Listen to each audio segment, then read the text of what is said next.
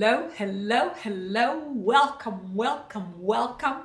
Welcome to today's live. Today we are going to be talking about overcoming life experiences. Hello, Ray. Hello to you. So excited that we are going to unpack together this heavy, I put quotes, if you don't see me on the camera, just hear me, this heavy topic. Hi, Valerie. Hi to you.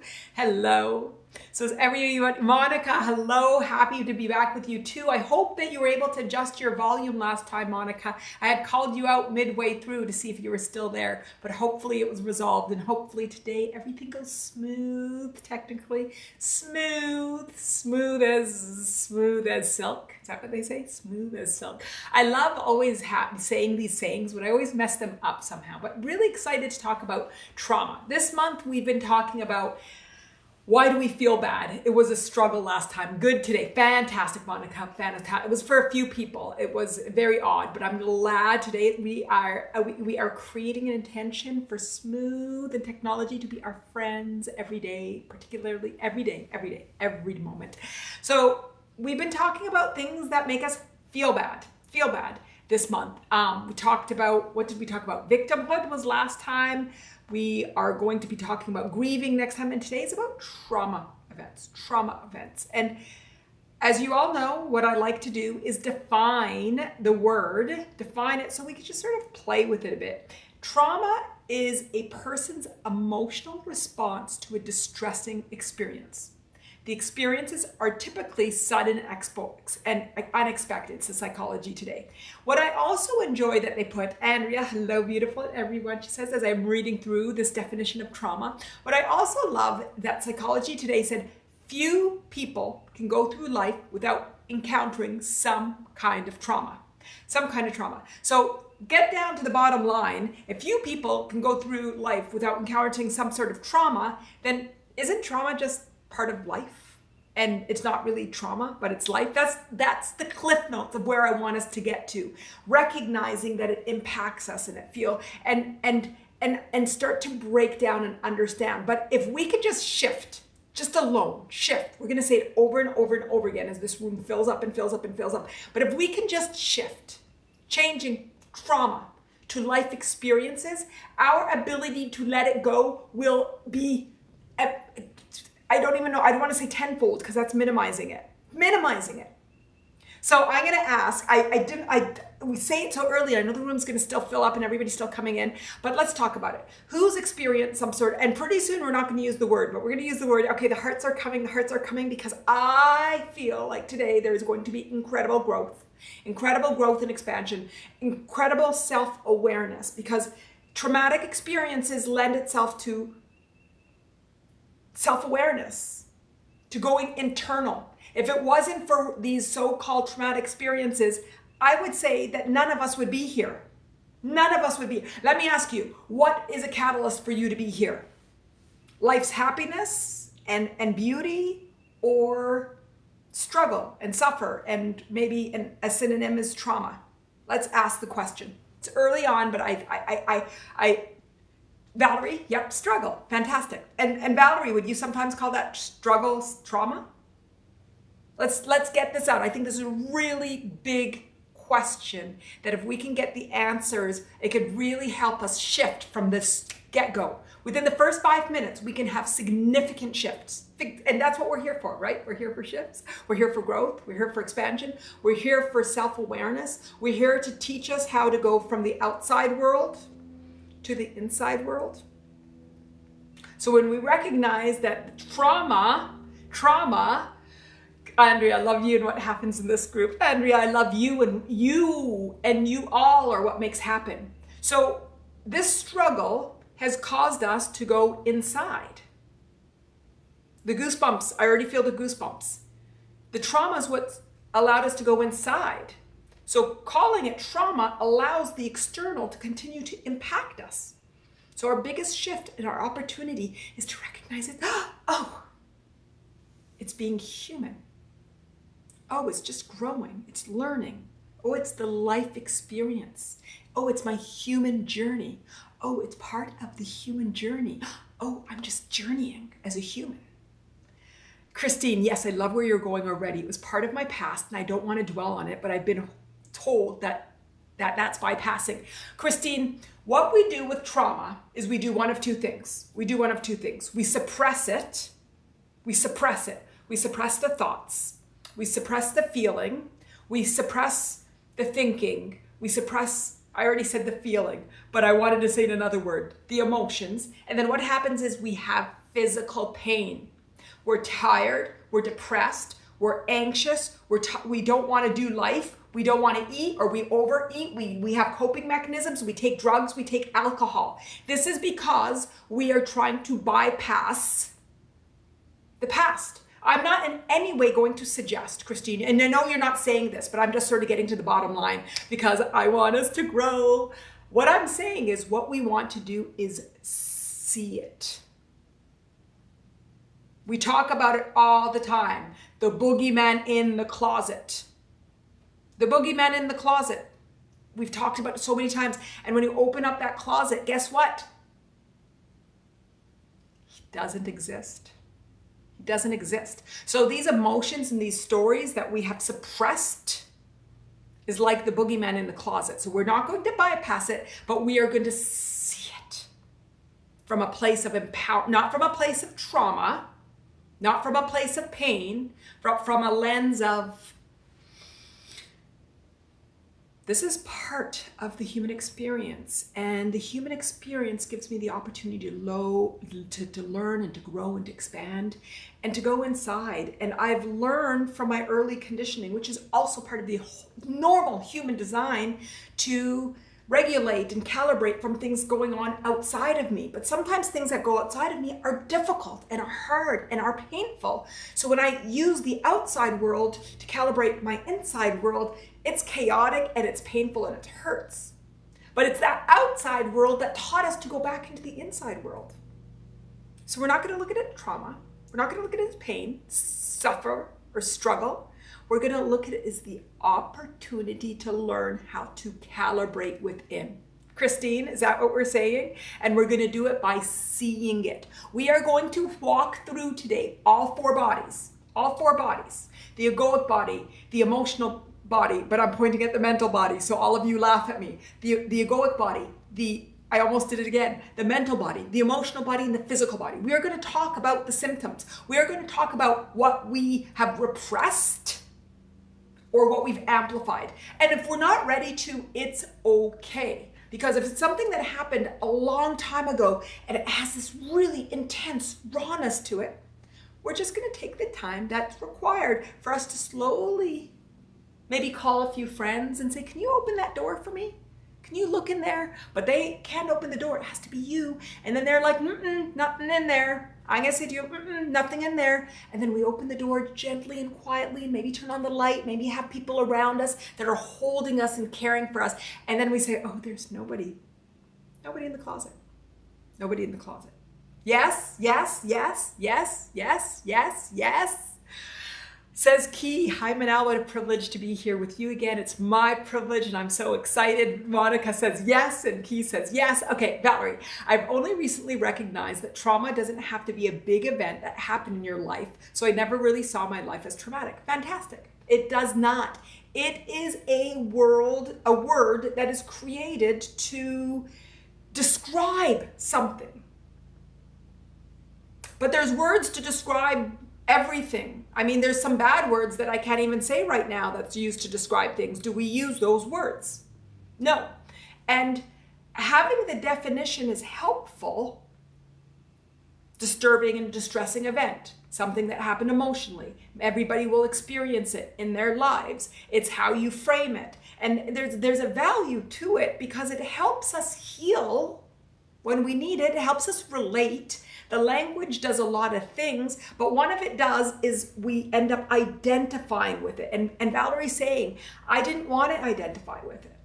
Because when you identify with it, it makes us weaker, smaller, suppressed, depressed, anxious. What does it make us? When we identify, okay, let's play the game. Let's call it trauma event. And let's call it life experience. When you call it a trauma event, how do you feel? How do you feel? How do you feel? Liz, hi everyone in the world where we are from Toronto, Canada, a fellow Canadian. As always, I'm feeling happy and grateful for experiencing another live event created by Manal and spending part of my day with her along with others in the community here. Fantastic, Liz, and I think Tony is with you. I hope he's with you as well. Let us know. Andrea, I had in 3 days been bombarded with intense emotions, quite a roller coaster. Okay, perfect, Andrea, you are in the perfect setting to talk about it. Perfect setting to talk about it.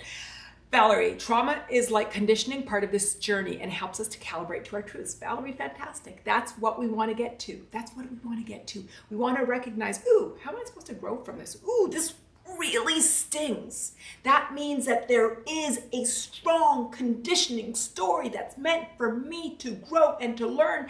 And likely if you use your lens in a wider lens, I love talking to photographers, you could probably see it in your parents' life and your grandparents' life and your great-grandparents' life. And you can see sort of this storyline that goes well beyond you. Goes well beyond you. The royal family fascinates me because I see patterns between the different players and what they're playing out relative to the storyline that we've known from before that they might not even be aware of. And it's fascinating. So this is true to you. It's true to me that some of the storylines we're playing out is that there's history to it. It's like historical drama. We are living. I love historical dramas. I love reading. And historical dramas have always been my favorite. But it's like historical drama. So when you start to become an observer and become aware of it and have a wider lens, you could say, ooh, interesting. This is a similar story to my dad. And interesting, similar to his mom. And interesting, a lot of her family also experienced this, and you recognize that there's more to it than meets the eye, which is fascinating and empowering. Everything I am saying is meant to empower. So if it disempowers it, remove it. Rose, trauma makes us feel wounded and traumatized. Beautiful, Rose. Trauma makes us feel wounded and traumatized. And Rose, wounded emotionally or physically? Let's get down to it because it impacts the 4 bodies. Trauma impacts the 4 bodies. Let's start on the physical. How does it feel? Talk about the physical and the emotional. Let's couple of them right now. How does it make you physically and emotionally? Valerie, it makes me sad thinking my life equals trauma. It doesn't feel good. Hopeless, almost. Fantastic. So Valerie went to the egoic level, okay? So Rose said wounded, which could be physical or emotional, and traumatized is distressed and disturbing, which is on the emotional level. Valerie says it makes me sad, so on the emotional level, thinking of my life equals trauma. It doesn't feel good, hopeless almost. So that's egoic level. Life is hopeless. There's nothing to hope. There's nothing to live for. That things are miserable and life is hopeless. Cecilia says, hello, Manal. Valerie, and talking to Liz. Okay, and Liz was talking to Valerie. Okay, so hi, Manal. So happy to be here with you. Currently working on an employment dismissal that impacted my ability to qualify as an optician in my final exam. This brings me the patterns of relationship breakdown through my life. Soul, fantastic. So Soul, my first question to you is, are you here so we could turn and create a lens of greater understanding so you can grow and expand from it? Because I know it's intense, the things that you said. And last time, Andrea talked about losing a job and any time that you feel, I'm going to use the word that sort of that Valerie said in terms of like feeling when you don't have dismissal and you're going to be an optician and it breaks down your expectation of life. That's really scary. So, okay, I'm not going to tell it for you. You tell us. How are you emotionally feeling? And I want you also to see how many times in your life before now have you felt that pattern? Because what we like to do is not just figure out how you're feeling in the now. So trauma experiences are something that you feel is a now, but it's also a pattern.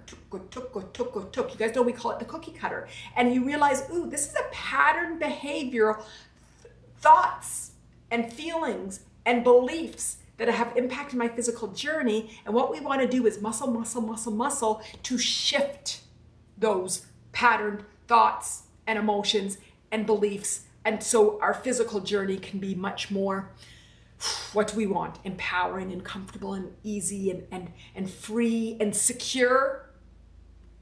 And what's the opposite of hopeless? Hopeful, trusting, aligned. So soul, those are questions for you and questions for anybody that's experiencing something. Let's start to pull out, because it's the awareness. So these questions now that I'm asking are the awareness questions. These are breaking down the 4 bodies, deconstructing the key lime pie, and breaking out the awareness of the impact on the 4 bodies. And we break it out into the 4 bodies, we can be a bit more analytic, a bit more understanding, and we can get to the root cause. Because when we get to the root cause, that's when we end up being empowered, and we can shift the way that we think, the way we feel, the way that we are. Good, because it's all related. What we believe impacts our thoughts. Our thoughts impacts our emotions, and our emotions impact the way that we feel and we live life. So if we can shift our beliefs, then they shift our thoughts, which shift our emotions, which then shifts the way that we feel, the way we feel. Yes, who's in for it? Who is ready and who's in for it? I'm in. Rose, yes, really good question. Emotionally, physically, carrying that energy and soul wounded. Okay, Rose, I want you to tell me more about that soul that's wounded. Go deeper then. What does the soul wound say, and what does it feel like? I want you to go deeper than that. So when you say soul wounded, where is that coming from? And tell me what those beliefs are that with the soul wounded. Okay, because that's big. Valerie, I'm having a harder time connecting to physical. Valerie, tell me what you mean by that. What do you mean that I'm having a harder time in saying what your physical pains are in terms of your fatigue, how you're feeling physically? Tell me more about that. Rose, but I know it's not true. Opportunity for growth in my own medicine bomb. Beautiful, Rose. And we don't want to effort it. What we want to do is get into what are those beliefs that we're holding, that we learned and we picked up somehow in life, and shift them from truth. Not from this level. So when you say, I know it's not true, it's at this level. What we're going to do today is come to the egoic level. So not the mental level, not the mental level. The mental level is efforting, and it's met with resistance because it's a yes, no, yes, no, yes, no. What we want to do is come to the egoic level. And once we shift on the egoic level, then there's an ease in moving on the mental level. Okay, so what we want to do is figure out, Rose, where your egoic muscle is believing that there's a wounded, what did you call it? You said wounded, and you said something, your soul is wounded, Okay, so absolutely here to explore the wider lens. I just paid for an hour of therapy and not entirely sure how helpful it was, but this interactiveness and safeness feels like the right place. Fantastic, soul. And maybe it opened you up. So maybe the discussion with the therapist opened you up for you, that you're at a place that here, or maybe not, but I'd like to see or feel like it did. Maybe it was or wasn't, but anyway, that's how I'd like to feel, because it would feel more empowering. But anyway, I digress. So I feel a pattern of betrayal. Fantastic, betrayal. And I feel like I let myself down. So that was my question to you, is who betrayed who? I let myself down. I feel invested a great deal. I feel angry. I abandoned myself even when the work environment didn't feel good for my spirit. Fantastic. So soul, this is beautiful. And it seems like you're so ready for this. So as I take a deep breath, is it patterned for you to self-sabotage? I'm going to use that term even though I don't like using it. Is it patterned for you to get at yourself and let yourself down? This sort of like self-deprecation. Fantastic. So fantastic. So soul, why? When you get to the core of it, why? Jay, how does one absorb or view an abusive childhood event as something to learn from? Okay, Jay, that's a big one. Let me come to that after we go through Rose and soul, but that's a big one. If I don't say it, write it again. Rose, let me stick with soul, and then we're going to come to Rose, and then we're going to go to Jay. Okay, and then I see Diana talking about old inner child trauma too. Okay, we're going to get to all of these. Let me go on one line, and then the next, and the next. Okay, soul, so ready. I don't like the word either. Okay, fantastic. So soul, there is a pattern of you making decisions that ultimately put you in a push-pull between taking care of yourself and feeling like you hurt yourself. Because I can see that there's a oh, I needed to do this for my mental health, but then I self-sabotaged and boom, boom, boom, boom. So I see that. So soul, what's the underlying belief that guided you to that? What's that underlying? I adopted a caring role from young. What do you mean I adopted a caring role from young, soul? And anybody that's in this pattern, I want everybody to talk to it. So what I would suggest, soul, is deep down inside, tell me if this resonates, there is a question about the truth of your worthiness, Ultimately, from what I'm seeing, is the core, the fundamental. The fundamental is you're not worthy. You're just not worthy. You're not worthy. How does that feel? Soul, and everybody, does that resonate in any way? That when you see that you end up, I'm going to use it, fantastic, that you self-sabotage. I'm going to use self-sabotage as a word right now, and I'm going to keep saying it, and I'm saying it purposefully, because if you know me and you're here a lot, I don't use and reinforce the identities that hurt us, but I do it at certain time when it's a value, so we can bring out the emotional reaction, and then we can become aware of it. So I'm deliberate in using it, and then I'm deliberate in saying, okay, now we're not using it anymore. So I'm deliberate in it. Okay, so everybody, I want help right now, and everybody help. Who feels that at a time that they self-sabotage? Who is familiar with that term self-sabotage, and who can feel like it resonates with them? Put up your hand. My hand is up, by the way. My hand is up. Valerie says yes. Valerie says yes, yes, yes. Diana says yes, yes, all the time. Fantastic, fantastic. Who else? Who else wants to come out and say right now, hey, I self-sabotage. I self-sabotage. I self-sabotage. And it's interesting that we're talking about trauma and we already got to self-sabotage. Andrea says sometimes, I know, Andrea, I didn't like to, look, I'm covering my eyes. I didn't really want to admit it too. I'm like, okay, I know I've gotten into the pattern of doing that sometimes. Cheryl says yes. Okay, fantastic. So let's talk about self-sabotage. Okay, Soul gave us a very great example. He's like, damn, that environment was, I don't know if I should have said damn, but anyway, that environment was awful. It wasn't good for my mental health, and I quit. It sounds like it was quit. Jay says me as well. And I quit. And then on the other side, but quitting really hurt me. And I was on a trail to be an optician, and I needed that job for it, and now I really hurt myself. So which hurt is more? The hurt that he did to himself, or the choice that was from a place of better mental wellness? And ultimately, any choice that you make that's the right choice is going to feel aligned. I'm going to say that again. When you make an aligned choice, it feels good. Soul says she. Okay, thank you, Soul, and sorry for the he. She says she.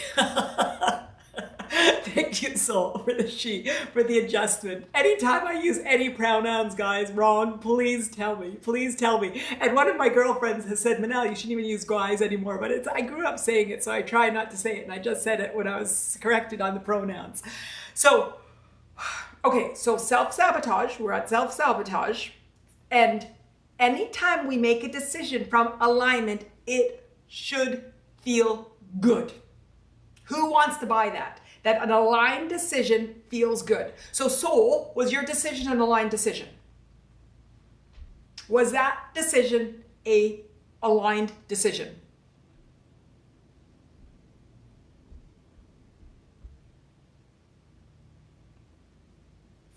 Sort of pausing and waiting for that one. Pausing and waiting for that one. Was it an aligned decision? Everybody can answer. Everybody can answer from the details that you've heard in the story. But do you believe that it was an aligned decision? Even if the decision was the right decision, was it a place from alignment? This is my question. And I think it's an important question. And I don't see answers yet. And I know there's lag, but I'd like to really see. What is an aligned decision, says Ray. And I'll come to that, Ray. Soul, no, it was out of my hand. I took time off for health, and I was meant to return to work when I was dismissed, and I didn't make an aligned decision. An aligned decision, love this phrase, says Jay. There are some decisions that you just feel grungy and itchy about in any option.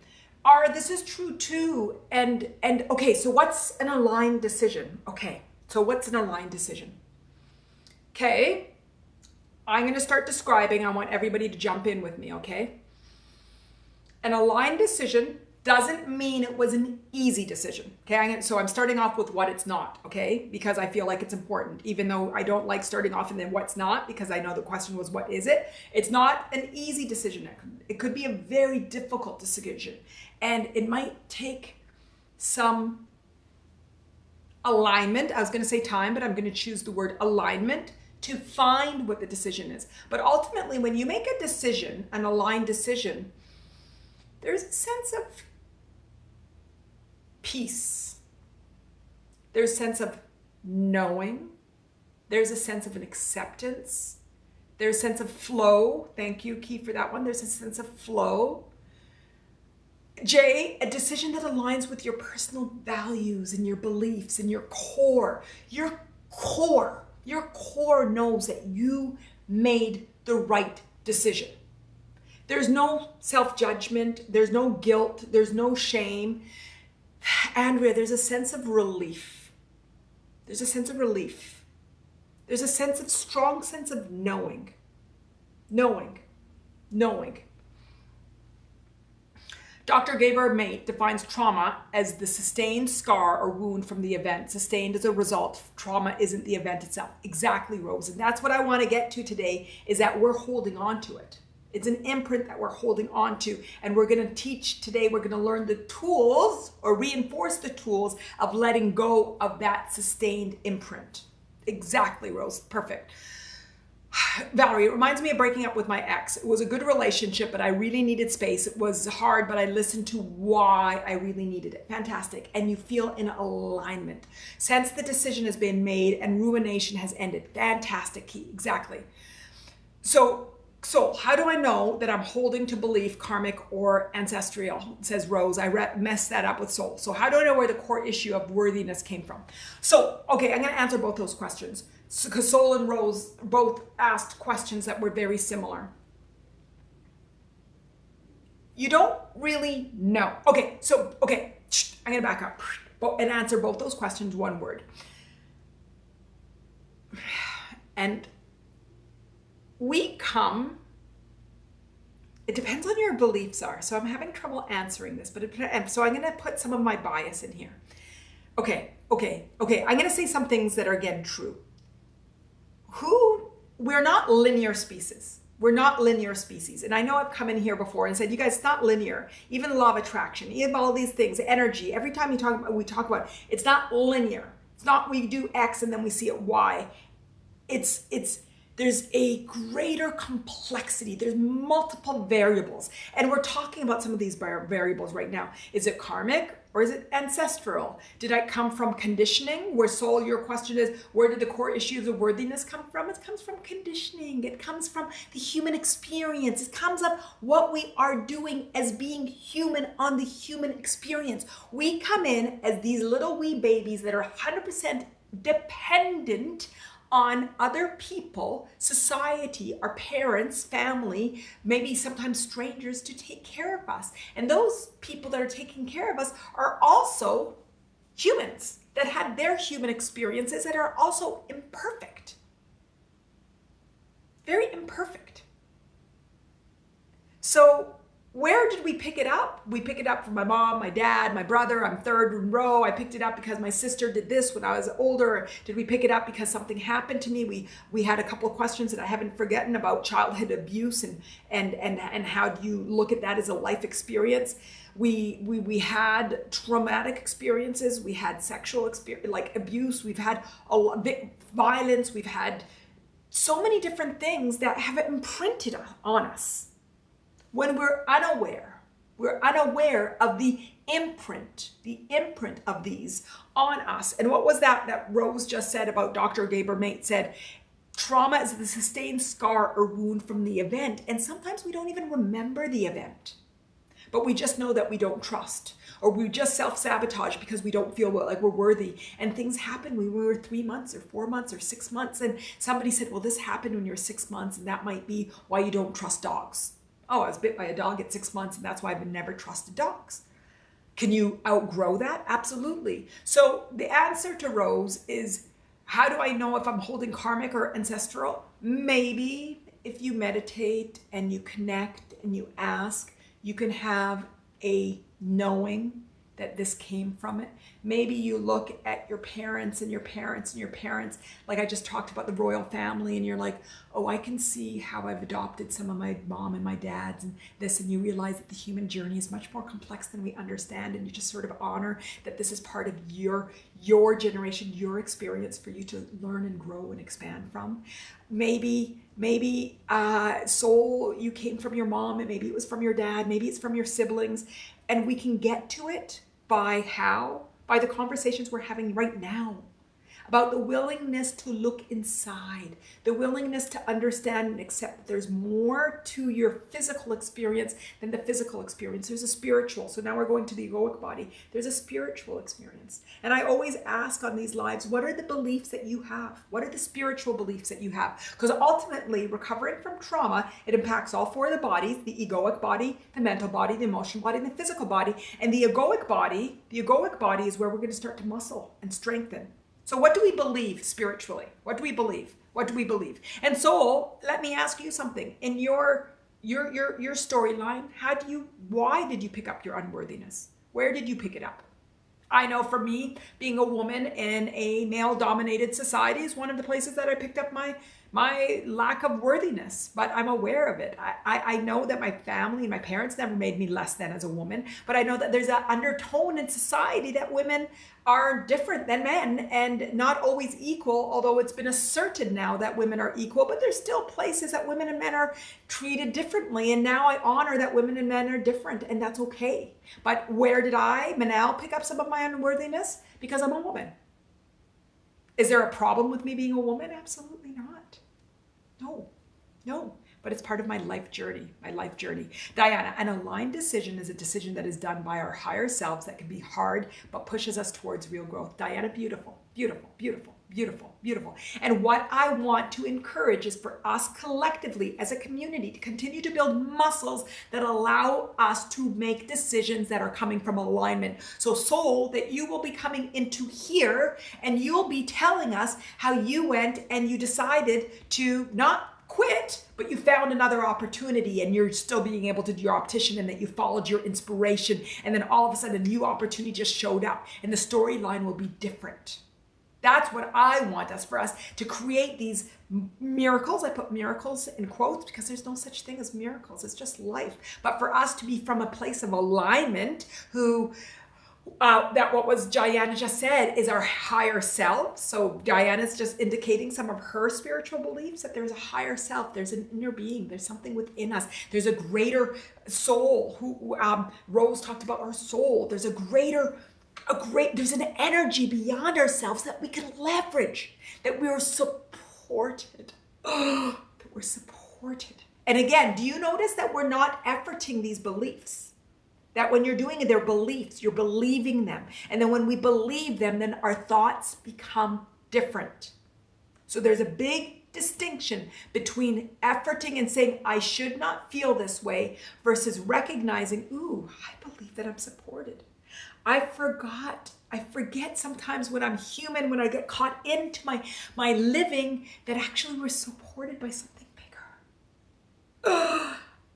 I'm being overwhelmed by life right now and by what's going on externally, so I'm going to go internal and I'm going to align with my higher self and ask for guidance and support and for love and for understanding and knowing and self-love and for a calibration with my unconditional worthiness.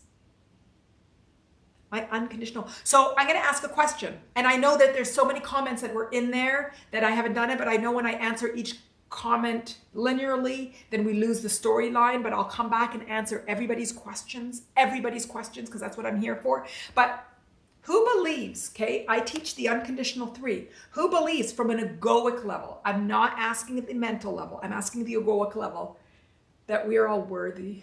Oh, we are worthy as humans. I feel goosebumps. I know there's a lot of emotion going on right now. There's goosebumps all over both my arms. Who knows that we are worthy? And now I feel like crying. Who knows that we are worthy? for just being ourselves?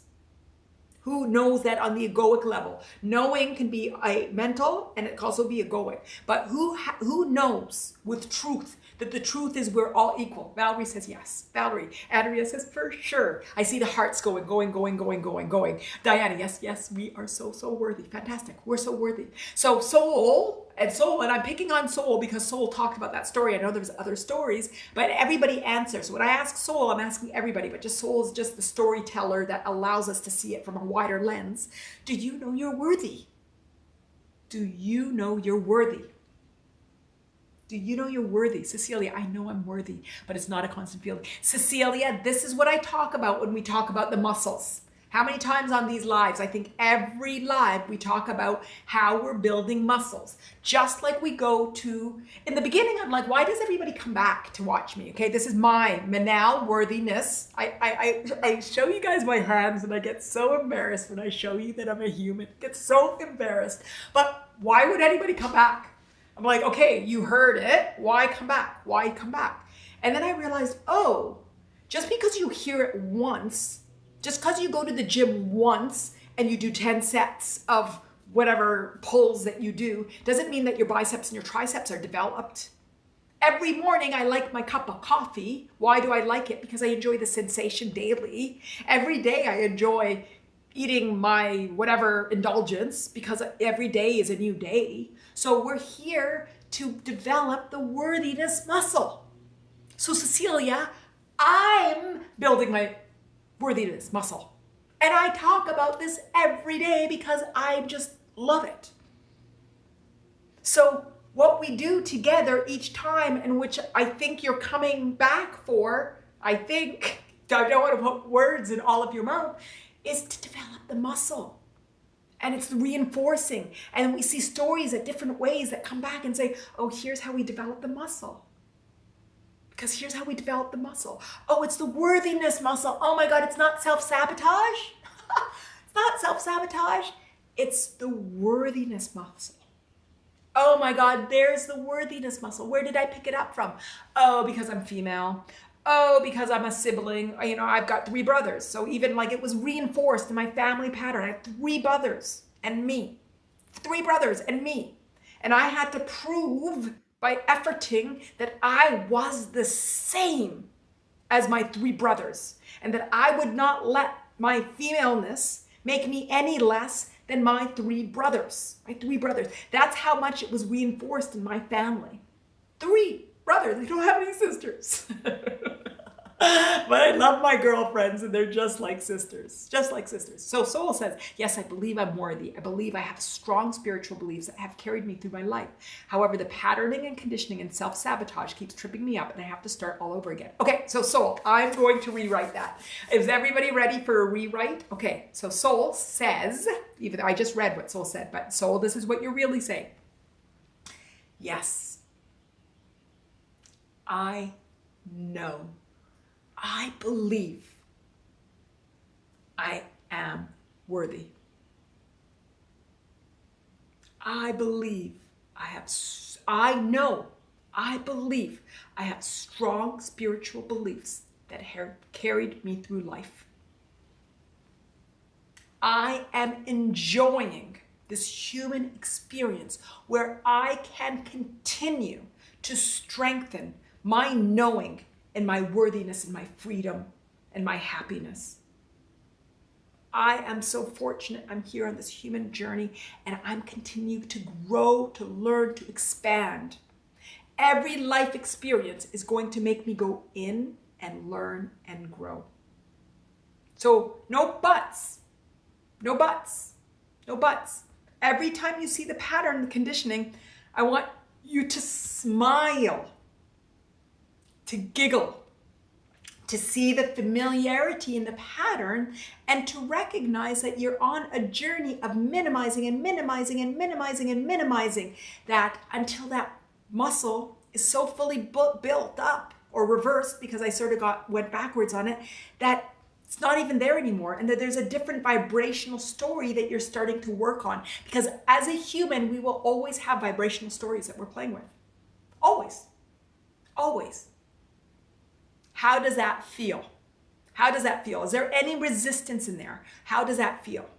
And so we just start to see this expansion on life's unfolding because there's a recognition that we're just growing from it. And we watch the muscle start to develop and develop and develop by seeing it impact us on smaller and smaller ways, or we know, oh, that's my worthiness muscle. Ooh, I'm going to move out of my mind and out of my physical and go into my worthiness. So, wow, Manal, absolutely my truth resonates deeply. Fantastic. The unworthiness comes from cultural traditions, including being a woman. Beautiful, soul. And then the combination of abuse of different kinds in my life. Beautiful. And I feel the feeling of unsafety has impacted. Fantastic, soul. And this is what's called awareness. This is what's called awareness. So now, soul, living day to day, moment by moment, you can start to identify. What I want us to do now is start to identify in smaller and smaller increments when you start to have those self-doubts. I'm going to use the word self-sabotage, the internal conflict. And when you do, you get out of your emotional body by seeing it, not by repressing it. You get out of your mental body, you see it, and then you go to your egoic body and you take a deep breath in. And you just remind yourself that I have really strong spiritual beliefs. And I know that we're here on this human journey for a reason. And that it's just my honor. Who came in today and said, it's my honor to be here today in this spirit, in this room? It's our honor to be here today as humans. It's our honor to be humans. We are lucky to be here. And you just remind yourself, oh, not by efforting it, not by intellectualizing it, not by plowing through it, but by seeing it and honoring it. Good, good, good. So, Ray, so an aligned decision, one that reflects your egoic beliefs. Ray, yes, it reflects your truths. It reflects who you are. That there's alignment means your four bodies, your egoic, your mental, your emotional, and your physical are all in one. Okay, here's a game for you all to play. Okay, here's a game to practice getting aligned decisions. This is of two games. Here's two games. These are the two ways that I do it. One way, I have to make a decision and practice it on, do you want apple juice or orange juice? Practice on it, do you want an omelet or do you want a quiche? Practice it when you go to a restaurant, and there's all these things that you want and you just don't know which one you want. This is when I practice it, okay? So practice aligned decisions in easy scenarios. So when there's difficult scenarios, you've already practiced it, right? When they go to tennis matches, in the Wimbledon, I don't know, I'm bringing up tennis, but I am, so it's okay. When you bring up, is the first time they go to Wimbledon? No, they're going to practice and be prepared for the game. So these aligned decisions, let's practice it. So here's one way that I practice it, okay? So one way, if I have a decision to make, sometimes I'm just so lazy. This is the lazy way. I just make a decision and see if it feels right. Then I just make a decision and then I stop. And I feel my body, and I feel if there's a tinge of regret. It's subtle. It's like in my mind or in my stomach, I can feel this subtle tinge of regret. And then I'm like, ooh, other one. So I know that I'm just making an impulsive decision, 50-50, 30, whatever percentage it is.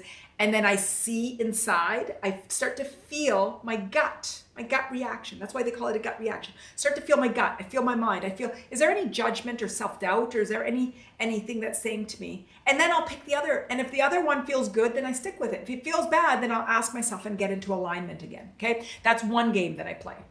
And play it with small decisions. So when it comes to big decisions, we can do it. The second thing I do is not make the decision first. The easy way for me is making the decision. That's what I used to do before I knew what aligned decisions is, before I started getting spirituals, make a decision and knew that after I made the decision, I knew if I regretted it or not. That was my unaware Manal. That was the game, and I still play it. The aware Manal just knows that she just closes her eyes. Maybe if it's a big one, I'll meditate first for 15, 20, 30 minutes, whatever it might be. And then I close my eyes and I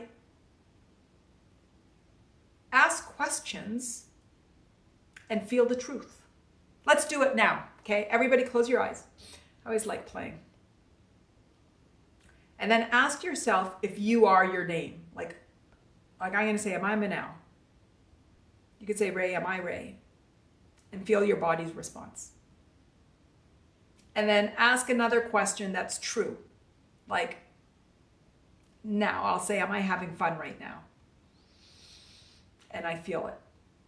Now ask yourself some question that's not right, like not true. Like I'll say, I'm going to ask, just because we were talking about this, am I a male?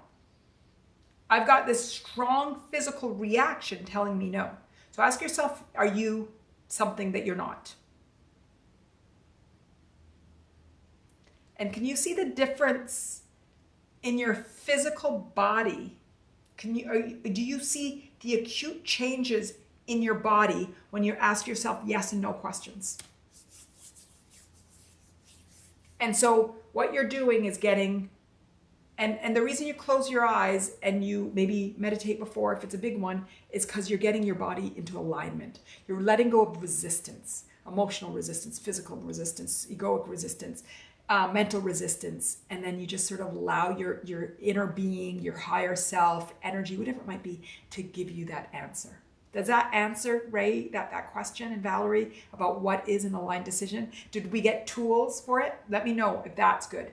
Soul, I think you're happy. Now, Jen, I sense a belonging too. We are not alone. Yes, we're not alone. We're all on this human journey. This is why I come back. Helps me to focus and affirm my worthiness to be me with truth, honesty, and love. Fantastic, Jen. And that we're all one. We're all together. Beautiful, beautiful. Cecilia said beautiful words, Manal. Thank you. Blushing Carolina, hello to you. Diana, oh my God, this is amazing. I had the biggest knot in my stomach. Thank you. Fantastic, Diana. Okay, Soul says thank you, Manal. Okay, so Rose, you had some questions that I said I'm going to come to you next, but I don't even remember the questions. Are they answered now? Rose, are your questions answered now? Yes, makes sense. Fantastic. Are your questions answered now? Because Rose, you had specific questions that I said I'm going to answer, and I don't remember.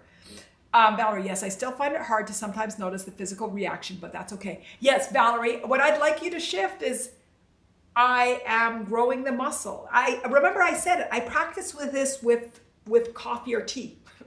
Now, do you want coffee or tea? I practice, because sometimes I don't know if I want coffee or tea. I practice it with, do I want to eat these strawberries? I practice it. I've been called out that I always use food as examples, and so I just went on too. But do I want to go for a walk? Sometimes I'm too lazy to go on my walk, and I'll ask myself if I should or not. Like, am I being lazy, or should I honor my body? And sometimes I honor my body, and sometimes I let myself not. But I'll go in and let go of the human resistance of laziness and really see, am I valid to honor my body, or will I feel better? I said better, like a bed, but better, like being better for walking. And I'll go through the resistance and recognize, oh, that's just lazy resistance. I don't want lazy. I'll feel better after my walk. And sometimes it's like, no, Manal, your body really is tired and you had a really long day, and it's okay. Just cuddle up and just regroup and realign internally. So Valerie, practice on small things and your muscle will get better and better and better and better. Andrea says, you are so funny. I don't know what I said, Andrea, but I'm good.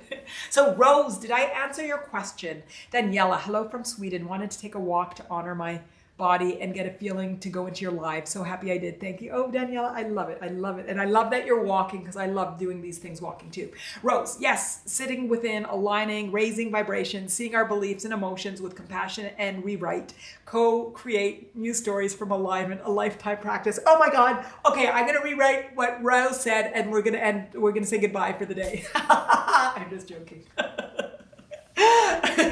Okay, yes, sitting within. Sitting within, aligning the four bodies, raising vibrations.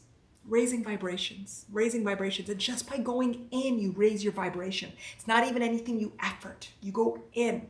By awareness, you raise your vibration. By being present is being aware. Okay, so awareness is the same as being present, because once you become aware of your emotions right now, you're being present. So they're actually synonyms. I act like they're not, but I always say, oh, but you guys, they're synonyms. So being present automatically raises your vibration because the trauma is from the past. The trauma is an imprint from the past, but you are regurgitating the emotions because you've suppressed them. So they'll come up in like beastie moments. So by just becoming present and aware, you raise your vibration. Seeing our beliefs, seeing truths. We are brilliantly beautiful. We are lucky to be on the human journey. The human journey is one to grow and expand. I believe it's our choice to be on this physical journey. And if it's our choice, we're making the choice for a reason. Okay, I believe, but you need to know if you believe it's your choice. But even if God or a higher power has made it his choice for you or her choice for you to be here, it's still, if you lead into that belief, there's still some sort of higher purpose and reason for you to be here. You are purpose. You are purpose. Seeing our beliefs, our emotions, and our thoughts. I'm going to add 2 more, Rose. You said seeing our beliefs, which are our beliefs, our thoughts, our emotions, and our physical being with compassion. And rewrite. Co-create new stories from alignment. And it's a lifetime practice because we're humaning. Oh my goodness. Okay. Celia said don't go, but we're done. Liz, label jars, not people or yourself. Fantastic. Rose, I love you, Rose. Okay, fantastic. Key. Okay, good. I knew that today would be powerful. Okay, so we had 2 really big questions that I did not want to avoid, but I knew that we already had too many paths. And when we talk to too many stories at once, I get busy, and I think you all do too.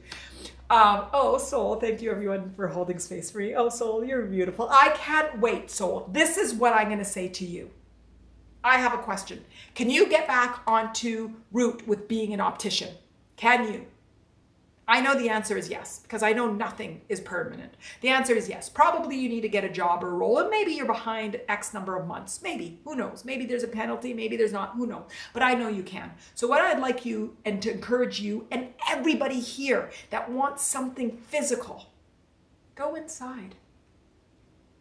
Believe it, visualize it, love it, enjoy the journey towards it. Enjoy the journey towards it. Sometimes I'm going to go human again, so blind to wanting the finality that I forget that it's enjoying the journey. Being present with the journey. So soul, you have it within you for you to get back. To get back. And to get your optician license, and for you to have the perfect career and life that you desire. You just need to believe in your worthiness and practice the muscle of focusing on the thoughts that feel good. And stop beating yourself up. Okay, so those were 2 big questions about childhood trauma and abuse. Who asked them again? And if you want to put them in, okay. If not, okay. Those are really big questions. And it was very difficult for me during my journey to intellectualize things that happen to young children and to just accept it as life experiences. Children, particularly, because the children are the ones that are so beautiful and innocent. Diana, my inner child keeps pulling me back into self-sabotage. Okay, so Diana, I don't think you were here during one of the lives where we talk about inner child. And I really like inner child work.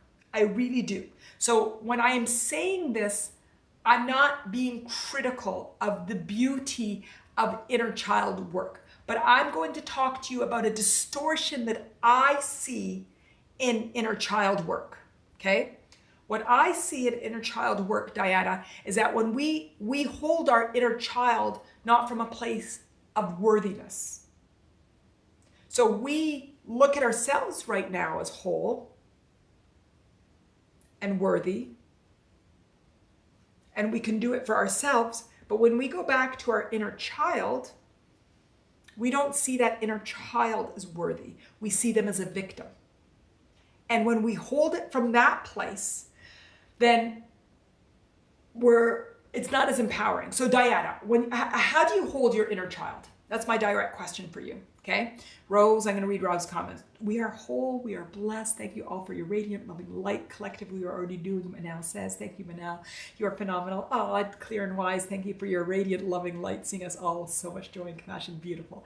Beautiful. Oh, thank you. Okay, Diana says, I don't know for sure. Okay, so Diana, this is a few things that I'd offer to you and to everybody that does inner child work. Let's define it. I probably feel sorry for her. Beautiful. Okay, I'm going to cry. Okay, I'm going to cry because I know you do. And it's okay, but it's an awareness that I want to bring you to, because when we feel sorry for any part of our life, we can't heal from it. Heal from it. And you won't hear me say the word heal quite often. So let's discuss this from an intellectual standpoint. What is inner child work? Diana, you didn't know I was going to answer it from this way, I know. But what is inner child work? Everybody, what is inner child work? I'm going to talk about my inner child work when I did what was called inner child work. And it might not be sort of like Montessori school. I really love the philosophy of Montessori school. I love it. It's a child-led institution where you let the child choose. And the child is able to go and amplify their learning based on their desires. Beautiful. But my observation of Montessori is if it's not done right, a child that's not aligned or a child it's a mess. It's a mess. That's my observation. That you have to have the right teachers, the right setting, and the right way to really have, and I've seen some amazing Montessori settings. And I've seen some that are not as good. So my whole point is the essence of the established inner, okay, I'm bawling right now. I'm just acknowledging my inner child makes me want to cry. Thank you for seeing her. Okay, beautiful, beautiful. So Diana and everybody, I want us to see our inner child right now. And when we see our inner child, I want us to see our inner child recognizing that our inner child has the same worthiness as us. That even though we're doing inner child work because we believe they are broken, our inner child is broken, our inner child is actually more radiant, aligned, and connected to truth than we are. Because as a child, you're more connected to the truth than we are. So recognize there was a bit of distortion in the past when you looked at your inner child, and just smile at your inner child and see your inner child from a place of equal. Like Diana said, thank you for seeing her, that you see her from a place of equal. Your inner child is not an excuse for you to put down yourself in your early years. It's a way of becoming aware of conditioning that created misbeliefs. Key says survival warrior. And Key, I like that, but I don't even want to say survival, because survival has such fight in it. I want us to see our inner child as whole. The same things that we just said right now about ourselves and about soul and about being whole and about being worthy and about being free and being infinite and being connected to source and all of these things, our children, we had the same connection.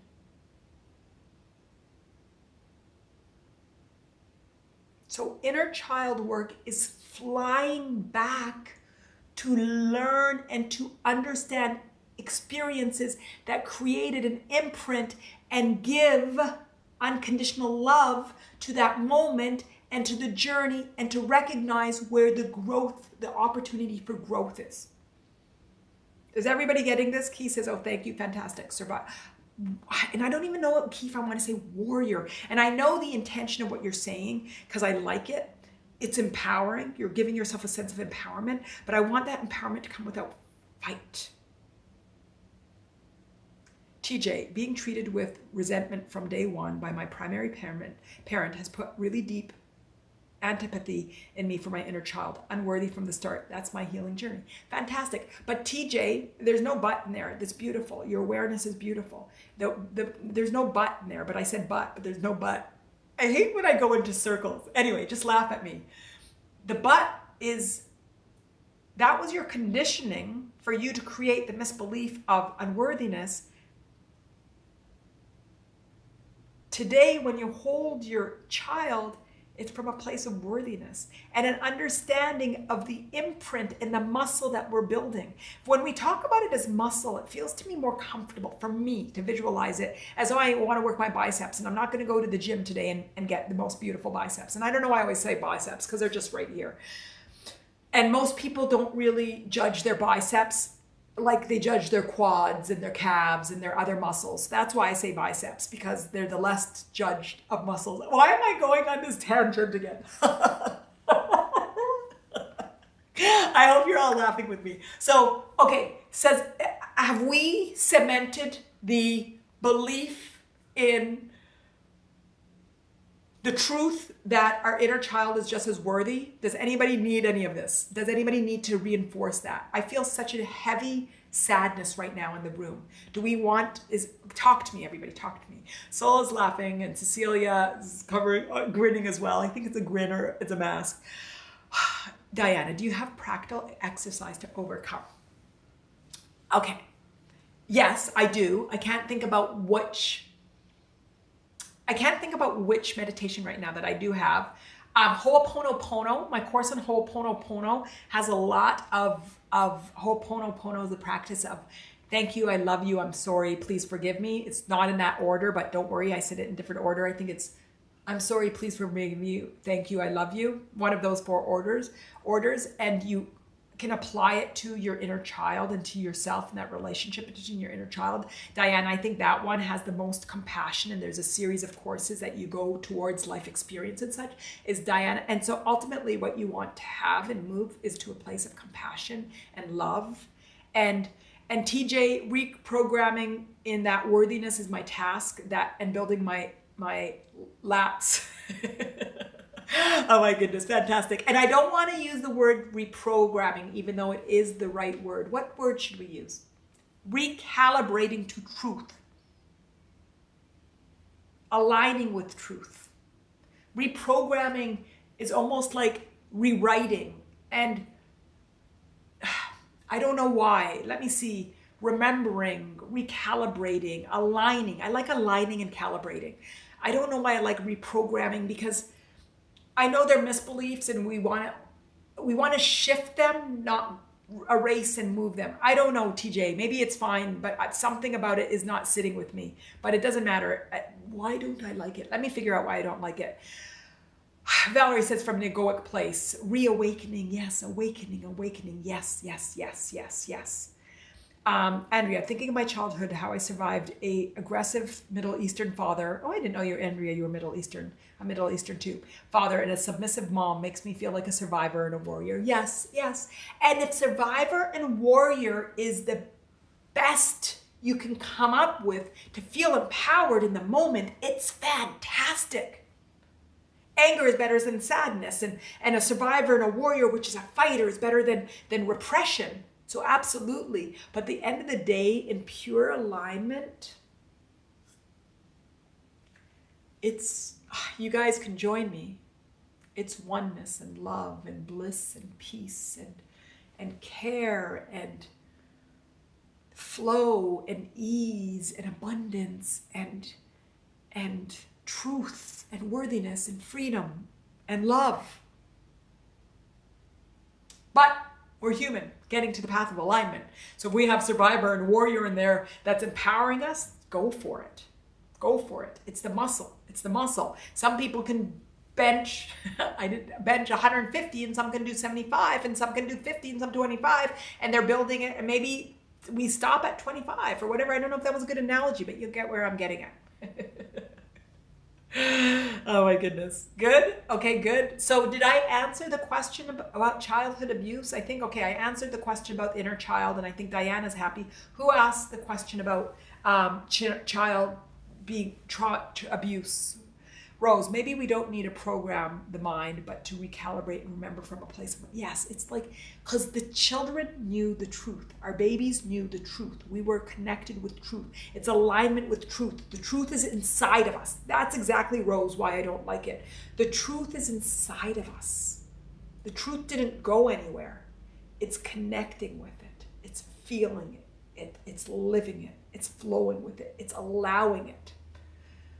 So maybe we don't need to reprogram the mind, but to recalibrate and remember from a place of alignment with the higher self.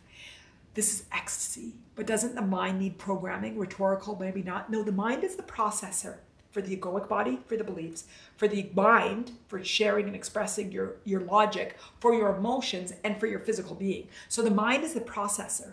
So what we want is to allow this mind, instead of scripting, from efforting or from lack of worthiness or misbelief, it's from alignment. And we talked about today what alignment is. Today is super powerful. Super, super, super, super powerful, guys. Really, really, really, really good.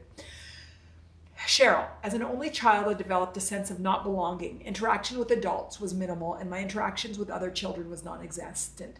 Beautiful, Cheryl. So what did that result in? And Cheryl, what I want to let you know is when we talked about trauma, I don't know if you were there from the very beginning, we talked about how trauma was that few people in life would not experience a traumatic experience. So what I'm trying to say with you respect to your story, that everybody has a storyline that resulted in misbeliefs, and I'm going to use this really bad word.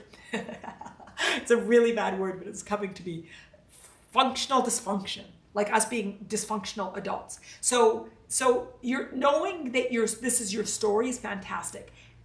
Identifying with it and holding on to it isn't. So some people are only child. I talk about how I was one amongst three brothers, and it created distortions or maybe assertions in the person that I am. Maybe other people would say that I was lucky I had three brothers because it allowed me to become this woman of strength and a powerhouse and aligning with the truth and overcoming some of societal's mistruths about the difference between females and males. And so maybe it was the perfect setting for me to align with that truth. So what I want to see is if you can shift that storyline of a recognition of your childhood as being an only child to give you the opportunity to grow into a strong sense of belonging, regardless of your childhood story, because this is what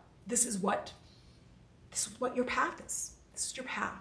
This is your path. This is all of our paths. So the more that we can get into an acceptance with our path, the more that we can accept our path, the more that we can sort of like see our path from a lens of not less than, but a lens of what did my path, this is how Manal speaks to Manal, okay? Why did my inner being pick this path for me to grow? Sometimes I'm like, I could have been this, or I could have been that, or I could have been this person, or I could have been male, I could have been an only child. Why did my inner being pick this path for me? And it's more empowering from me seeing my life as less than or distortions, but for me to recognize that this was specifically curated for me. Nobody else in the world got my path. Not even my brothers. My brothers didn't even get each other's path. One's the baby, one's the middle child, one's the oldest child. And each of them have their own stories to share about that. So we each have the opportunity to have the most unique, only unique, even twins will have a very different storyline. There's twins in our family right now, and these babies, you can already see how they have different stories.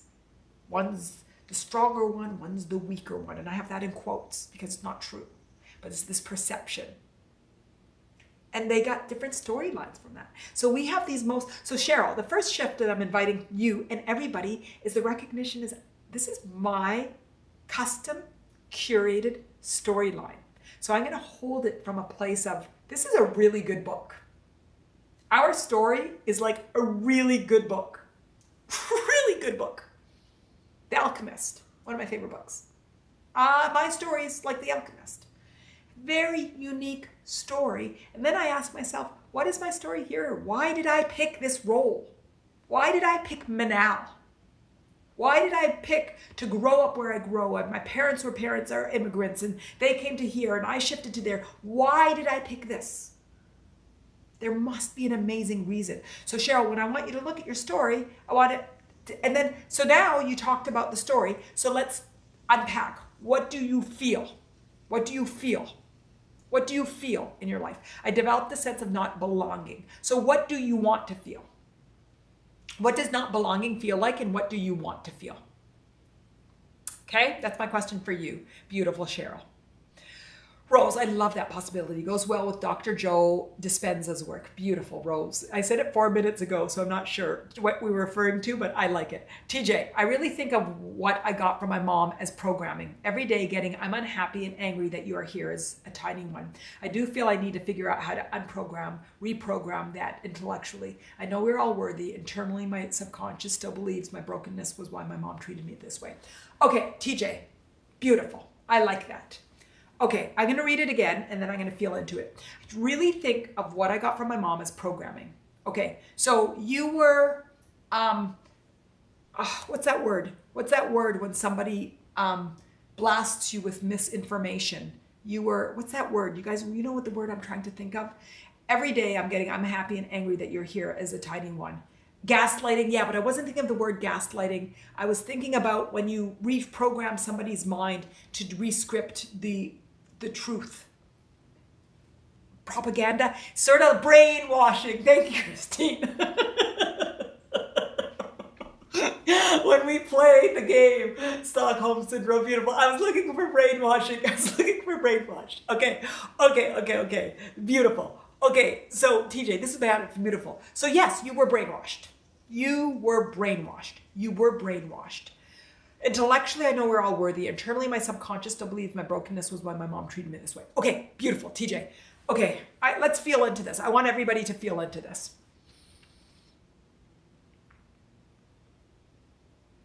Everybody just connect with your mind. Okay, TJ, you talked about like, no, I feel brainwashed. And we got some really strong words from there. Gaslighting, propaganda, and brainwashed, and Stockholm Syndrome. We got some really interesting storylines. So there are different diagnoses that speak to what you're speaking. And I do believe that there are, like, sometimes I could feel myself like trying to like close my ears and not allow untruths.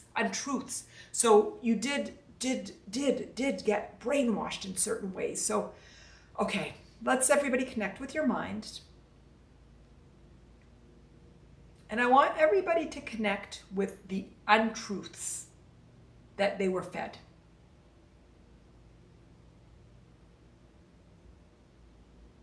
I'm doing it too. So everybody get the untruths that you were fed. And while you're digging up the untruths, I want you also dig up the sort of what we're talking about with Cheryl and about the inner child work, and just sort of like this belief that we are less than. What TJ is saying, I was programmed to feel that I wasn't worthy, that I was broken, that I was worthless. So I want us to get like how we reflect on our storyline and we see ourselves from a place of less than.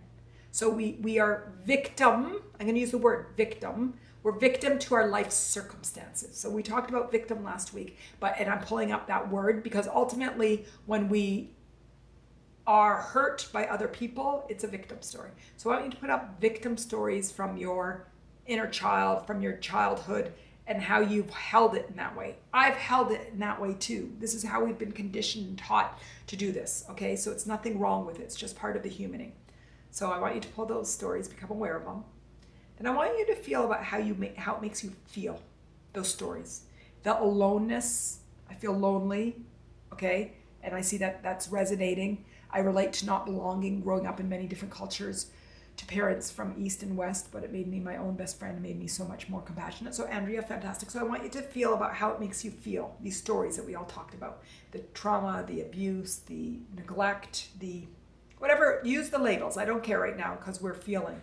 So allow them to wake up your emotions. I want you to see them, like taste them, feel them.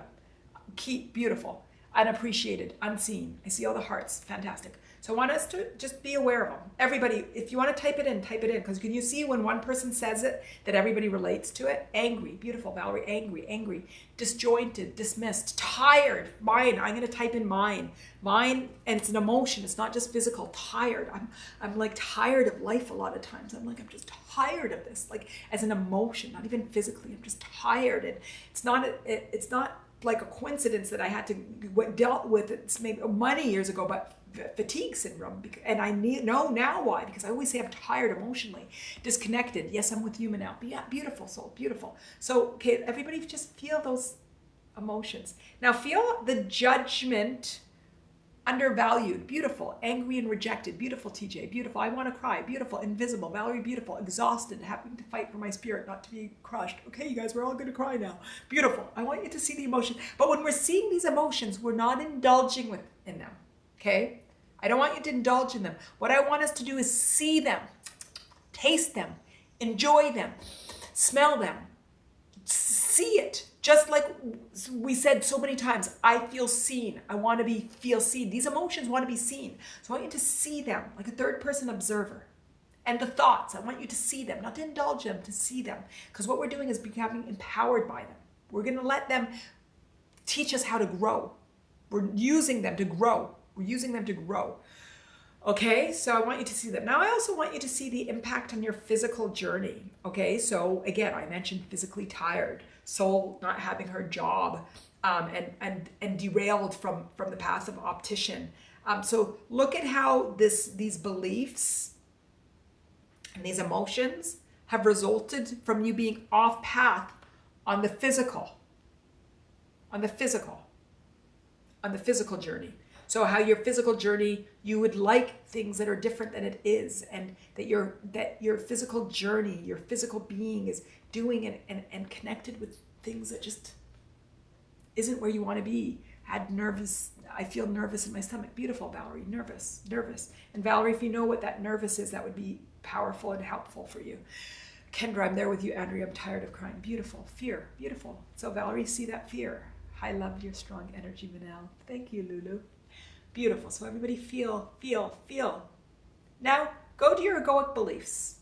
Okay, so we saw the thoughts and TJ, that brainwashing. So thank you, TJ, for bringing us to this and the story of our younger years and what our parents did to us and being victim. And then we saw those emotions and everybody shared those emotions. And then the impact on our physical. Now let's go to our egoic. Okay, and our egoic, I know we recognize that we feel unworthy and we don't feel free and we're sad and not happy and we're not loved. But I'm going to just go straight to it because we already went to it today. We are worthy. We're worthy. Valerie, we're safe. We are safe. We're here in this sacred space. I call it now our sacred space. We're here in the sacred space to share so we can grow and expand. That we are allowing these life experiences to empower us. We are seeing this energy in ways that we have not in the past.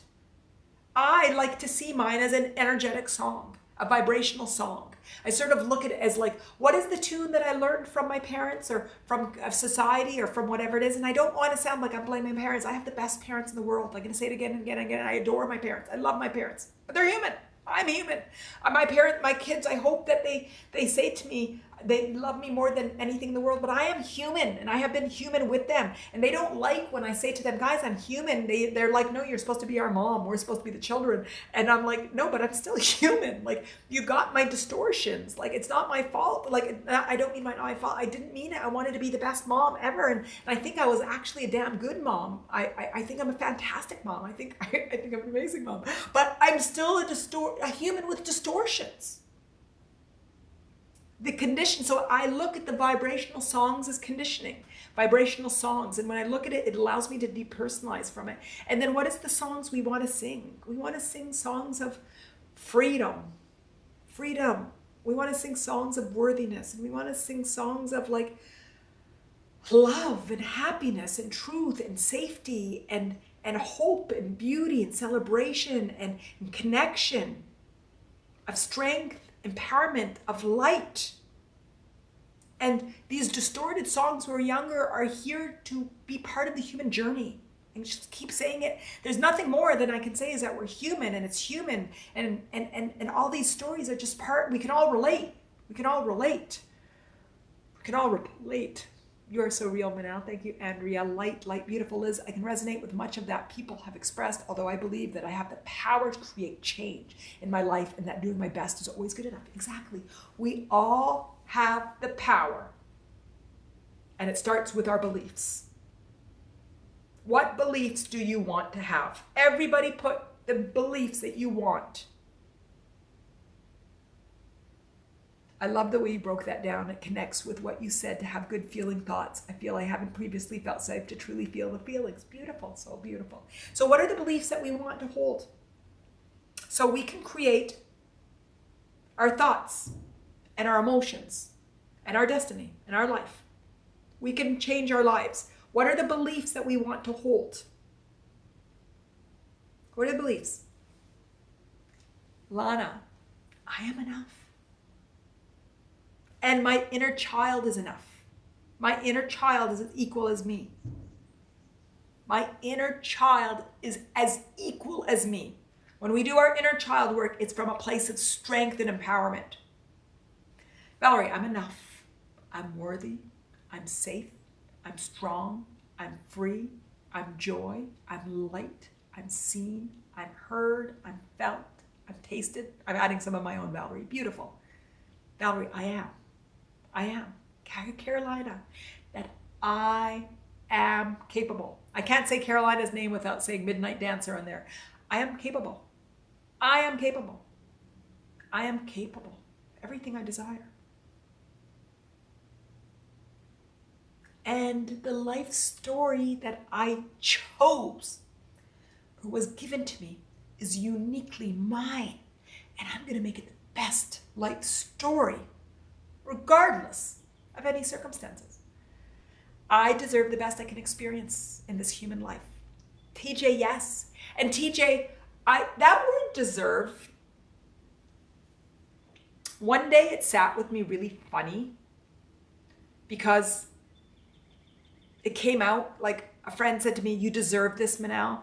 And I'm like, it was in a time when I was just sort of like introspective. And I'm like, well, don't we all deserve it? Aren't we all worthy? So I don't even want you to say, I deserve the best, because in there's an indication of lack of worthiness, because we're all deserving. So I don't mind you using it, but I just want you to check whether in there's an assertion of a untruth. And then if there is, then I want you to say things in a more factual period where there is no room for distortion. And TJ, I'm only pointing this out to you because you just shared the storyline of not feeling, well, I'm struggling with this. Okay, beautiful, TJ. I don't want you to assert anything. We're going to keep shifting it together till you get it, okay? Until it shifts here. And this is all part of the muscle and the healing. So I want you to tell me when you're still struggling with this. So tell me what you're feeling. Give me what you're feeling, okay? Slavina, that we can heal completely and love unconditionally, even though we're never felt it, just feeling safe to thrive. Beautiful. And I'm going to, Slavina, I'm going to rewrite that a bit. That we are strong and empowered and unconditional love. And that we are going to create and be aligned with the beauty, the safety, the security of life. So there is a bit of shifting that I wanted in there. How does that feel, Slavina? Jay, I'm trying to digest all of this. So very powerful. Still conflicted about looking at childhood trauma abuse as a distortion, and we'll try to reframe. Jay, it's not a distortion in your mind. Childhood abuse and trauma is terrible. Terrible. There is no way that you can have me turn around and reframe abuse or childhood trauma in any way. That is not the intention. The intention is right now, we are no longer in that situation. We are now here. That happened X ago, Y ago, Z ago. It happened in the past. Our ability to reframe and look at life from the lens of the past allows us to get to a place of acceptance and surrender and ease and love and worthiness. Childhood trauma and abuse happens. Why? There's evil in this world. Just like there's beauty, and I like to look at the beauty, there is also evil. And I believe that hell and heaven exists on earth. Then I said things aren't linear. You know, maybe you believe that this soul is perpetual, that there was different lives and previous lives and other lives. I don't know what you believe, Jay, but I believe that there's more than what we see in this life. So when I, as Manal, try to intellectualize things that happen to children as babies, I try to visualize that this wasn't start. This was a continued lineage of stories. And that when they say that you can't tell a story, like you can't hear only one side of the story, you have to hear both sides of the story. I sort of, Manal, the way she does it, is like maybe there's a bigger story that we don't know, see this side of the story. That we really can't pass judgment till we know everything, and we really don't know everything. Because we don't know minus zero. What happened in life before zero. And maybe you believe that there was nothing before zero, but it's those sort of framing. So I believe that there's something minus zero. I know at least my parents were born. Their parents were born. There's generations of life. I know that genetically I am of my mom and dad. So before I was born, there's a storyline. And I know that every single one of us, before we were born, there was a storyline. So what I tend to, for me, process bad things that happen in childhood is recognize I don't know the full story. I don't know the minus 6 months to like the negative. And that I try to honor that there's a larger story that's bigger than me. That's part of why we use the word God and universe and inner being and higher being. So I don't want you to try to reframe that childhood trauma and abuse was bad, was not bad. It's terrible. But what we want to do as human beings is try to evolve in the most empowered, loving, light being we can. And we do this through processing of external events, of which childhood trauma and abuse is one of those that many of us have got to process. Jay, does that help better?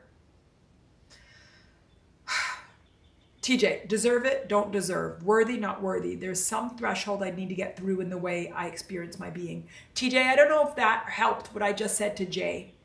It really is connecting. And how many times, TJ and Jay, have you been here with me? How many times have you been here? That's a question. How many times have you been here? Everybody write down how many times you've been here with me. A dozen or so. 2. Soul says 2. Key 3. Monica 20. Oh my God, I'm going to cry, everybody. Lost count. Okay, fantastic. Many, says Carolina. Beautiful. New, says Melissa. Okay, fantastic. So let me ask you something. Those have been here multiple. Kendra says 7. Oh, you guys are so beautiful. I'm going to cry. Since last August, I'm really going to cry right now. Yes, reprocess and rewrite. I'm really going to cry. Okay, first time, says Lavina. Cheryl says 2. Okay, I'm going to cry.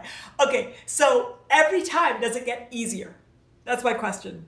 I'm going to cry, Andrea, so many times when I can't count, but I love each session so much. First time, says yes, beautiful. Soul says yes. The only is my second time, and your words resonate deeply. Monica says yes. Okay, maybe 5, but still more. Yes. Okay. That's yes, but today was hard. Today was a big topic. So today's a big topic. I mean, how can we ask how childhood trauma can be reframed as good? How could we ask how child abuse can be framed as good? The value and the positivity of that. We have to trust what we don't know. And that's just really asking for a lot if you haven't been building up your egoic muscle. So that's the answer. We have to trust what we don't know. Who can right now? I can. I feel deeply moved and very emotional. Andrea, I love how deep we go. Yes, and today's really deep, really deep. Yes. Monica, today was hard. Today was hard. So who can trust what they don't know? Empathy for the traumatic experience of abusers. Yes, I would not want to be an abuser. I can, but it still hurts connecting. Yes, I'm learning to trust what I don't know. Beautiful. And that has to do with death, right? When we talk about death and grieving and mourning. It's TJ, trust what we don't know, that's faith. Exactly. What is the faith that you want to lean on? What's the faith that you want to lean on? I lean on God. I've said it and I'll say it and I say it over again. I lean on the universe. I lean on inner being. I lean on higher being, higher power. I lean on vibration. I lean on energy. They're all synonyms to me. But my first faith was God. And I love God. And I choose to filter out what doesn't feel good and keep what feels good. That's what I choose. But everybody, just like you have your own unique story, you get to pick what you want. And what you want to pick is things that feel good. You want to pick thoughts and beliefs that feel good. Because if you pick thoughts that are disempowering, it doesn't really do much. Guys, see Bean came into the window? Okay, now I'm crying a bit. Fantastic, TJ. And why are you crying? What's making you cry? Because that's going to be really powerful and insightful for you. Slavina, if we don't know what pain, hurt, and unhappiness is, how could we have known what happiness, bliss, and blessings are? Beautiful. Yes. And that's when we keep building our muscle and muscle and muscle. I mean, I had a bad couple, I don't even want to know, like where I had to purposely, I have to purposely lean on my muscles. It's not, I'm going to say this and I won't say it again, and I won't even agree that I said it before. It's not always easy to stay connected with your egoic beliefs. It's not always easy to stay empowered. It's not easy always to not be human and not to fall into the victim of the stories. It's not always easy. Like some days I really effort to stay high and flying. Christine, Reenie's perfect timing. Yes, didn't she come? I have to purposely focus. One day last week, I'm just like, I am focused on physically feeling good. And I can list all the things that I did for self-care. I did this and I did this and I did this. I did everything self-care that day because that's what I needed, because my intention as Manal is to honor all of my life's journey, but to stay aligned. And sometimes it's so easy. Sometimes it's so easy to feel good. And sometimes it's a really strong, deliberate intention to feel and stay feeling good. And that's what we do together, is build the muscle, build the muscle, build the muscle, build the muscle, build the muscle. TJ, maybe the answer is no answer. Not going to be an answer. Face it, faith is the only answer. Exactly, TJ, exactly. And then maybe one day you'll find some peace and alignment, and then you realize, oh wow, I didn't realize that the person that did this to me experienced this, and you start to have a wider lens and understanding of life and the complexities of it and the beauty of it and the growth of it and the expansion of it. Slavina, we may felt unloved as children. It would be a blessing to find out what loving relationship is. In Slavina, you know who the loving relationship is that you're blessed to find? Is the one with yourself. with you, with the beauty and the truth. The other day when I was walking, I think it was the week before, when I had moments of wanting to feel loved, and then I realized, ooh, the answer and the truth is I am love. And that wanting to feel loved is a distortion in my human journey, and ultimately when I am love and give love, I receive love.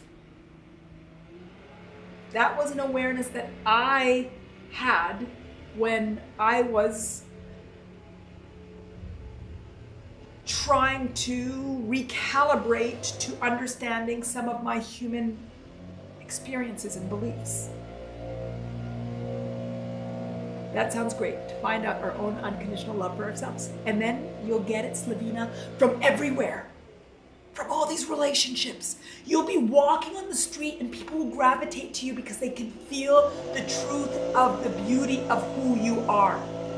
Good, Cheryl, I understand. We'll try it. Beautiful. Rose, oh, I love that. Honor all experiences and stay aligned and stay feeling good. A lifetime practice of sitting those higher vibrations. Yes. It's deliberate for me to feel the way that I feel. It is my dedication to myself. And I'm self-aware of what I eat and what I drink and what I do and how I live life and take care of my body and do everything and understand myself, because it's my deliberate intention to feel good. And I recognize all four bodies have to take responsibility. It's not just my mind, it's not just my beliefs, it's also what I feed myself and what I eat and how I exercise and what I do. Next month, we're going to talk about self-image and body image. It's all going to be about the physical, more about the physical. And some of the understandings that I've already gotten about self-image has just blown me away. So I know we're going to love it next month and grow so much next month. So it's deliberate. Manal, can I share, and if you may shed some light, when I asked how to let go of the past in therapy, she mentioned we have to go through a grievance and grief. So that's next week. We're talking about grieving and grief and honoring it. Yes, but I don't like holding on to the concept of time. One of the things, if my spiritual belief is things can happen instantaneously, but things can also take the time for your highest good. So I don't like to effort in life, and I don't like to have to leverage things by having to take time. It's the journey. It's the journey. What we want to do is feel better and better each day. What we want is to have the tools to be able to handle life's experience. What we want to do is recognize the imprints from things from the past and turn around and move to a place of acceptance and love and compassion. The Ho'oponopono that I talked about earlier is a course that's just focused on just really bringing compassion. I have a compassion series, which I realize that it's ready and recorded. I just have to upload it as well and get it through the InsightTimer process. Again, compassion, because ultimately when we have compassion to everything, compassion to the abuser, compassion to being abused, compassion to being an only child, compassion to being a child with 3 brothers, compassion to being a woman, compassion to being a man, compassion to being a woman or not a man, and having a different identity, whatever it might be, is having compassion for all of ourselves and realizing that we only see it's almost like an eclipse. We only see a fraction of the whole story. There's stories before us. And so let's, through faith, like TJ said, honor what we don't know, but recognize that at the end, there's a higher meaning. The human journey is meant to be enjoyed, and together we can build the tools to do it. Yeah? Jen, I see things from a different place now. The resistance doesn't pull me up in knots anymore. I can still have a reaction, but my awareness and understanding of life's purpose, humaning, allows me to see it from a non-personal perspective and observer. Beautiful, beautiful, beautiful, beautiful, beautiful. Solson, brilliant, wonderful, wonderful, wonderful. So where are we? We got to being unconditional love. So we started off with worthiness, And we ended up with unconditional love. We didn't really talk about freedom today. And those are what I call the unconditional three. Every live, we talk about the unconditional three. That we are here to learn our unconditional nature of our love, our worthiness, and our freedom. And we are. We're beautiful. We're brilliant. We're meant to enjoy the human experience. Life is meant to teach us. And if we can allow each life experience to allow us to find a higher level of care and love and freedom and worthiness, and not take our life experiences so personally and beat up on ourselves, and instead find ways to love and grow and find beauty in our journey. Yes, the hearts are going. I love the hearts so much. Yes, yes, and yes. Okay, so today's topic was overcoming trauma experiences. Who has overcome? So was today's intention met? Who has overcome traumatic experiences? Who has, even though we said it was hard? Manal, so much love and gratitude to all beings, past, present, and future. You're a gift, Manal. Thank you, soul. Thank you, thank you, thank you. Got to go. Fantastic, soul. Thank you for being here. Andrea, yes, you've grown, soul. Fantastic. So who has shifted and grown? Monica, I'm working on overcoming. I'm processing. Beautiful. Key, thank you for the donation. Thank you. Be blessed 100-fold for blessing us. Oh, Key, thank you. That's so beautiful. Thank you. And everybody's sharing and everybody's engagement is how we grow. We grow together. We grow together in community. It's beautiful. This has been very enlightening. Thank you so much, Cheryl. Yes, it has been really powerful. Really, really, really, really, really, really powerful. You guys pushed me, I think, today. Very, very, very, very powerful. Jen, every day is a learning day and growing is so good for the soul. Yes, yes, yes, yes, yes. Learn, grow, expand, enjoy, find pleasure, create. Some teachers say that we're here to create. Valerie, so glad I could be here today. Love you, Manal. Powerful day. Valerie, love you. It was very powerful. Very amazing. Amazing, amazing. Fantastic. So next week, I already told you guys, we're talking about grieving. So that fits right with soul.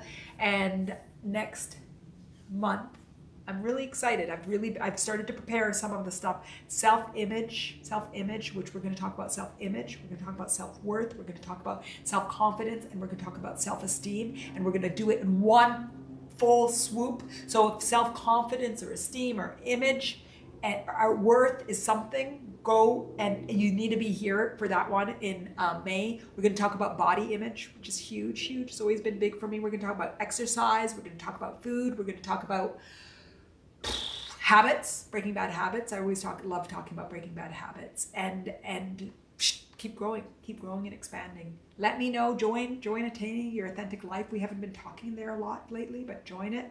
Valerie, Manal, I'm nervous about next month. Haha, a lot of potential growth. Valerie, it's gonna be fantastic. And just like usual, it's not gonna be hard. Andrea, I love and adore you so much. I feel so blessed having met you and all of you in a blessed, joyful week. Oh, Andrea, thank you. TJ, all my favorite stuff coming up. TJ, good. TJ, don't be so hard on yourself, because I can feel that you are. Enjoy the spiritual journey as part of your journey. Enjoy the awareness. Don't be judgmental when you realize these awarenesses. Enjoy the surprise and the delight of the enjoyness. Enjoy the power that you get when you start to become aware. Let the awareness be like an awareness junkie. Like, ooh, this is really fun and interesting for me to start to see these patterns. Fantastic. Valerie, it's going to be fun. Melissa, glad I found you. Me too, Melissa. I'm glad that you're part of our wonderful, amazing, growing tribe. Cheryl, thank you for the donation. Beautiful. Andrea, recalibrating to our full potential with Manal is the best. Fantastic. Yes, I have so much fun. I'm looking forward to seeing everybody next week. You are all absolutely beautiful and brilliant. Slavina, glad to find you. I am so glad that you are here, that you found us as well. We're going to keep growing. We're going to keep expanding. We're going to keep laughing. We didn't laugh as much as we usually do. We're going to keep singing. We're going to keep dancing, because we do it with fun. We do it with fun, and we do it with freedom, and we do it with ease. So we're just going to keep doing it and doing it and doing it and doing it. Looks like we probably need a laughter session soon, but we'll get a couple of these serious ones under our belt. Thank you so much. For those of you new, also come join Attaining the Authentic Life. Follow me as you do. Enjoy, enjoy, enjoy. I love you all, Carolina. Thank you, thank you, thank you, thank you. I will see you all soon. Interact, leave comments, engage, because it just helps me just feel good. Helps me feel good. That sounds so distorted, doesn't it? Oh my God. I feel good when I read your comments. That sounds better. Helps me feel good, everybody. Monica, thank you for the donation. You are all brilliant. Thanks, Monica, to you. You're all brilliant. Thank you so much. My love. Always, always, always. Love you all. I love you all. That was a really intense live. I hope you enjoyed it. Go to my website, www.mattain.me/anxiety. That's www.mattain.me/anxiety. Download 10 Steps to Letting Go of Anxiety. Has the same inspiration and feel of today's live. Join, be part of the community. So excited to see you. My love, always.